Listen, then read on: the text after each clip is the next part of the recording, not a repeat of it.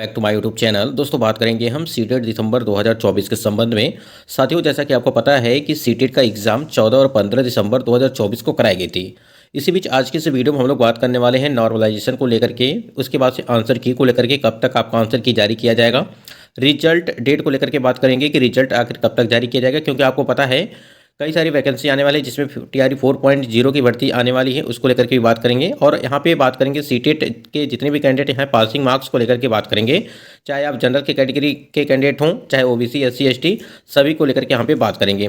आज के इस वीडियो में कई सारे महत्वपूर्ण अपडेट आपको इस वीडियो के माध्यम से मिलने वाले हैं। सबसे पहले हम लोग यहाँ पे बात कर लेते हैं कि जो सीटेट दिसंबर 2024 आपका कराया गया था 14 और 15 दिसंबर को, उसके जो नॉर्मलाइजेशन प्रक्रिया हुआ क्या यहाँ पे कराई जाएगी या नहीं कराई जाएगी, उसको लेकर के बात करेंगे। साथियों, देखिए, हम लोग सबसे पहले नॉर्मलाइजेशन को लेकर के बात करेंगे। जैसा कि आपको पता है कि परीक्षाओं का आयोजन आपका 14 और 15 यानी कि 2 दिन आपकी परीक्षाएं कराई गई थी सीटेट दिसंबर 2024 की, ठीक है। उसके पहले जब आपके ऑनलाइन यहाँ पे एग्ज़ाम कराई गई थी, ठीक है, जैसे आपका जो सीटेट का एग्ज़ाम था वो पहले ऑनलाइन लगभग 1 महीने या 1.5 महीने के आसपास आपकी परीक्षाएँ चलती थी। लेकिन क्या आपको पता होगा कि क्या उसमें नॉर्मलाइजेशन प्रक्रिया कराई गई थी? एक चीज़ समझिएगा, क्या वहाँ पर नॉर्मलाइजेशन प्रक्रिया कराई गई थी या नहीं कराई गई थी? तो वहाँ पे नॉर्मलाइजेशन प्रक्रिया नहीं कराई गई थी। देखिए, 1 महीने परीक्षा होने के बाद भी, ठीक है, 1 मंथ परीक्षा होने के बाद भी आपकी नॉर्मलाइजेशन प्रक्रिया नहीं कराई गई। तो क्या 2 दिन परीक्षा हुई थी यानी कि 14 और 15 दिसंबर को आपकी परीक्षा कराई गई थी, तो क्या इसमें पॉसिबल है कि आपका नॉर्मलाइजेशन किया जाएगा? जबकि 1 महीने या 1.5 महीने के आसपास आपकी परीक्षाएं कराई गई थी तो उसमें आपका नॉर्मलाइजेशन प्रक्रिया नहीं हुआ था। तो हम लोग इसको ये समझ के मान के चलेंगे कि जो भी नॉर्मलाइजेशन प्रक्रिया है इसमें, यानी कि जो दिसंबर 2024 की परीक्षा कराई गई थी आपकी, उसमें न के बराबर आप मान के चलिएगा कि आपके नॉर्मलाइजेशन प्रक्रिया नहीं होगी, ठीक है। जब इतना मतलब कि लगभग 1 या 1.5 महीने आपकी परीक्षा कराएगी तो उस टाइम पे नहीं किया गया, तो इस टाइम पे भी नहीं आपका कराया जाएगा, क्योंकि सिर्फ 2 ही दिन परीक्षा आपकी कराई गई है। तो इसकी वजह से यहाँ पे आप इसे न के बराबर समझ के चलिए कि आपकी नॉर्मलाइजेशन प्रक्रिया नहीं होगी। ये तो हो गया नॉर्मलाइजेशन को लेकर के। देखिए, यहाँ पे हम लोग बात करते हैं, पहले यहाँ पे आंसर की को लेकर के बात करेंगे, उसके बाद यहाँ पे रिजल्ट को लेकर के बात करेंगे, ठीक है। तो यहाँ पे समझिएगा कि आंसर की और रिजल्ट कब तक यहाँ पे आपका जारी किया जाएगा। देखिए, आप जब नोटिफिकेशन उठा करके देखेंगे तो उसमें साफ साफ चीज़ें लिखी गई हैं कि जब यहाँ पे डिक्लेरेशन ऑफ द रिजल्ट, ठीक है, कब का दिया गया है? By the end of January 2025, ठीक है, यानी कि जनवरी के लास्ट तक जो है आपका यहाँ पे जो है रिजल्ट वो दे दिया जाएगा, ठीक है। अब यहाँ पे चीज़ समझिए, अब यहाँ पे जनवरी लास्ट तक आपका बताया गया कि आपका रिजल्ट वो दे दिया जाएगा। एक जो है संभावित तिथियाँ आपकी बताई गई हैं, लगभग जनवरी के लास्ट तक बताया गया है। इसके पहले एक चीज़ और समझिएगा कि यहाँ पे रिजल्ट को लेकर के बात तो हो गई, लेकिन अगर यहाँ पे आप देखेंगे कि आंसर की को लेकर के अगर बात करें तो कब तक जारी किया जाएगा। देखिए, आंसर की आपका लगभग जनवरी के महीने में, ठीक है, जनवरी तक आपका जो है यहाँ पे आंसर की जारी कर दिया जाएगा। अब कब तक? यानी कि 5 से 6 तारीख तक जो है आपको लगभग देखने को मिल सकता है, क्योंकि अभी जब आंसर की आपका जारी किया जाएगा तो उसमें भी कई सारे प्रश्नों पे आपके आंसर में जो है डाउट्स होंगे, ठीक है। आप आपत्ति करने के लिए आपको समय दिया जाएगा, तो और आपत्ति करने के लिए जब आपका आंसर की में दिया जाएगा तो उसमें लगभग 2 से 3 दिन का आपको समय लगेगा, ठीक है। उसमें आपको 2 से 3 दिनों का समय दिया जाएगा, जिससे आपत्ति आप दर्ज कराएंगे। उसके बाद से फिर से फाइनली यानी कि फाइनल आंसर की आपकी जारी की जाएगी। तो उसमें जिसका भी जो वहाँ पे चीज़ होगा कि नंबर बढ़ेगा, अब किसी का भी 2 से 3 नंबर बढ़ सकता है, किसी का 1 नंबर बढ़ सकता है, किसी का घट भी सकता है, ऐसा भी चीज़ यहाँ पे देखने को आपको मिलेगा। तो साफ साफ चीज़ें यहाँ पे ये समझिए कि जनवरी के लास्ट तक आपका जो है यहाँ पे रिजल्ट दे दिया जाएगा। और आंसर की बात करें तो 5 से 6 तारीख तक जो है आपको फाइनली यहाँ पे अगर देखा जाए तो आंसर की यहाँ पे देखने को मिल सकती है। रिजल्ट आपका जनवरी के लास्ट तक बताया गया है। हो सकता है कि सब कुछ ठीक ठाक रहा तो आपको जनवरी के लास्ट तक रिजल्ट आ जाएगा। फिलहाल आंसर की को लेकर के अगर बात करें तो आंसर की भी आपका 5 से 6 जनवरी तक देखने को मिल सकता है, उसके पहले भी आपको देखने को मिल सकती है। और आपत्ति करने के लिए लगभग 2 से 3 दिनों का समय आपको मिलेगा। तो जो भी आपत्ति आपको करना होगा वो आपत्ति आप जरूर करिएगा, अगर किसी प्रश्नों के आंसर पे आपको जो है डाउट होगा तो। देखिए, आंसर की को लेकर के अभी जो हमने बात किया कि 5 से 6 जनवरी तक देखने को मिलेगा। देखिए, लगभग 15 से 20 दिन का आपको समय लगता है, ठीक है, 15 से 20 दिन का समय लगता है, इसलिए यहाँ पे चीज़ें क्लियर है। लगभग 12 या 13 दिन आपके जो है एग्जाम हो गए हैं। और आप देख सकते हैं कि लगभग देखिए यहाँ पे दिसंबर के लास्ट तक भी आपको वही कहे हैं कि 5 से 6 तारीख के पहले भी आपको जो है देखने को मिल सकता है। तो यहाँ पे आंसर की को लेकर के बात हो गई, रिजल्ट को लेकर के बात हो गई।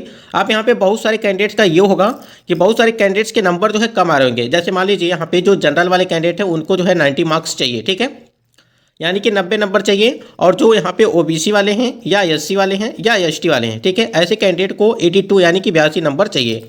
ये आपका क्वालिफाई मार्क्स है, यानी कि न्यूनतम क्वालिफाई मार्क्स से रखा गया है ये, ठीक है। और ये हमेशा रहता है, और आपको पता है कि एक बार जब सीटेट आप एग्जाम क्वालिफाई कर लेते हैं तो लाइफ टाइम के लिए आपको जो वैलिडिटी होती है।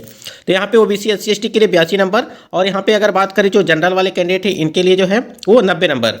अब यहाँ पे एक चीज़ और समझिएगा, बहुत सारे कैंडिडेट्स जो है एग्जाम देकर के आए होंगे और बहुत सारे जगहों पे आपने मिलाया होगा, चाहे आप यूट्यूब से मिलाए हो चाहे कहीं और से भी आप आंसर की मिलाए होंगे, तो उसमें आपके कभी कहीं हो सकता है कि 78 आया हो, किसी का 79 आया हो, ठीक है, या 77 आया हो। ऐसे कैंडिडेट जो होंगे मतलब कि जिनका 1 या 2 नंबर, किसी का 80 आया होगा, किसी का 81 आया होगा, ठीक है। जैसे कि अभी हमने बताया कि ओबीसी और एससी एसटी के लिए यहाँ पे जो आपको 82 नंबर चाहिए, तो उन्हीं के संबंध में हम बात कर रहे हैं, ठीक है। तो ऐसे कैंडिडेट जिनका 1 या 2 नंबर से रुका होगा, ठीक है, आपको बिल्कुल परेशान होने की जरूरत नहीं है। जैसे ही आपका आंसर की जारी किया जाएगा, जैसे ही आपका आंसर की जारी किया जाएगा, तब जाकर के आप यहाँ पे मिलान करेंगे अपने आंसर की, यानी कि ओएमआर सीट और आंसर की को जरूर यहाँ पे मिलान करेंगे, तो आपके जरूर यहाँ पे नंबर बढ़ेंगे। क्योंकि बहुत सारे कभी कभी होता है कि 5 से 10 नंबर का अंतर जो है देखने को मिलता है, आप मिलाते हैं यूट्यूब चैनलों से या कहीं से भी, तो आपके नंबर जो है वो कम होते हैं। फिर जैसे ही आपका जो है फाइनल आंसर की जारी की जाती है तो उसमें आपके नंबर बढ़ जाते हैं। तो इसलिए थोड़ा सा आपको वेट करना चाहिए, जैसे ही आंसर की जारी की जाएगी आप जो है फिर वहाँ से मिलान करिएगा, तब जाकर के आपकी चीज़ें जो है सारी चीज़ें वहाँ पे क्लियर हो पाएंगी। इसी प्रकार अगर देखेंगे आप तो जो जनरल वाले कैंडिडेट है जिसके लिए हमने बात किया कि 90 नंबर चाहिए, ठीक है, यानी कि 90 मार्क्स चाहिए। अब जनरल के लिए ये भी समझिए, जैसे अभी हमने एससी एसटी ओबीसी के लिए बात किया है कि यहाँ पे 90 नंबर तो चाहिए, ठीक है। लेकिन मान लीजिए किसी कैंडिडेट के यहाँ पे 89 नंबर आ गया, ठीक है, किसी का 88 आ गया, ठीक है, तो ऐसे कैंडिडेट के लिए भी यहाँ पे वही चीज़ है कि आप यहाँ पे आंसर की आने दीजिए, तब जाकर के आप यहाँ पे मिलान करेंगे तो आपके नंबर यहाँ पे बढ़ते नजर आएंगे, ठीक है। और आप कहीं और से मिलान किए होंगे तो हो सकता है कि आपके नंबर कम आ रहे हों। फिलहाल जब तक आंसर की जारी नहीं की जाती है तब तक आप मिलान न करें, क्योंकि आपके जो है नंबर कहीं पे बढ़ रहे होंगे तो कहीं पे घट रहे होंगे। बहुत सारे कैंडिडेट के साथ इस प्रकार से चीज़ें देखने को मिलती हैं। अब वही हमने बात किया कि लगभग 10 से 5 यहाँ पे 5 से 10 नंबर का अंतर जो आपको देखने को मिल जाता है। आप कहीं से और मिलान करते हैं और जब फाइनल आंसर की जारी की जाती है तो उस टाइम पर आपके कुछ और ही यहाँ पे नंबर देखने को मिलते हैं। तो यहाँ पे हमने बात किया कि नॉर्मलाइजेशन को लेकर के, तो आप इसे न के बराबर समझिए, ठीक है, इस चीज हो गया। तो बिल्कुल नॉर्मलाइजेशन प्रक्रिया होने की कोई भी संभावना है नहीं। आंसर की को लेकर के हमने बात किया कि लगभग एग्जाम से जो है 15 से 20 दिन का आपको समय लगता है, कि लगभग वही 5 से 6 तारीख को आपको देखने को मिल सकता है, यानी कि 5 से 6 जनवरी तक जो है आपको आंसर की देखने को मिल सकता है, प्रोविजनल आंसर की, ठीक है। उसके बाद आपका जो है उस पर आपत्तियां दर्ज की जाएंगी, तो लगभग 2 से 3 दिन का समय आपको लगेगा, उसमें मिलेगा। तो उसके बाद से आपको फाइनल आंसर की जारी किया जाएगा। पासिंग मार्क्स को लेकर के अगर हम लोग बात करें, जैसे यहाँ पे जनरल के लिए अगर बात करें हम लोग तो 90 मार्क्स चाहिए। बाकी ओबीसी के लिए, ओबीसी हो गया, एससी हो गया या एसटी हो गया, ऐसे कैंडिडेट को चाहिए 82 मार्क्स चाहिए, ठीक है। यहाँ तक चीज़ें क्लियर हो गई होंगी। रिजल्ट को लेकर के हमने बात किया, लगभग 1 महीने का प्रोसेस चलता है। तो एक चीज़ समझ मान के चलिएगा कि लगभग जनवरी के लास्ट तक, जैसे वहाँ पे नोटिफिकेशन में भी चीज़ें मेंशन की गई हैं कि जनवरी के अंत तक जो है आपको रिजल्ट देखने को मिल जाएगा। अगर सब कुछ ठीक ठाक रहा तो आपका जनवरी के लास्ट तक जो है रिजल्ट आपका फाइनली आ जाएगा।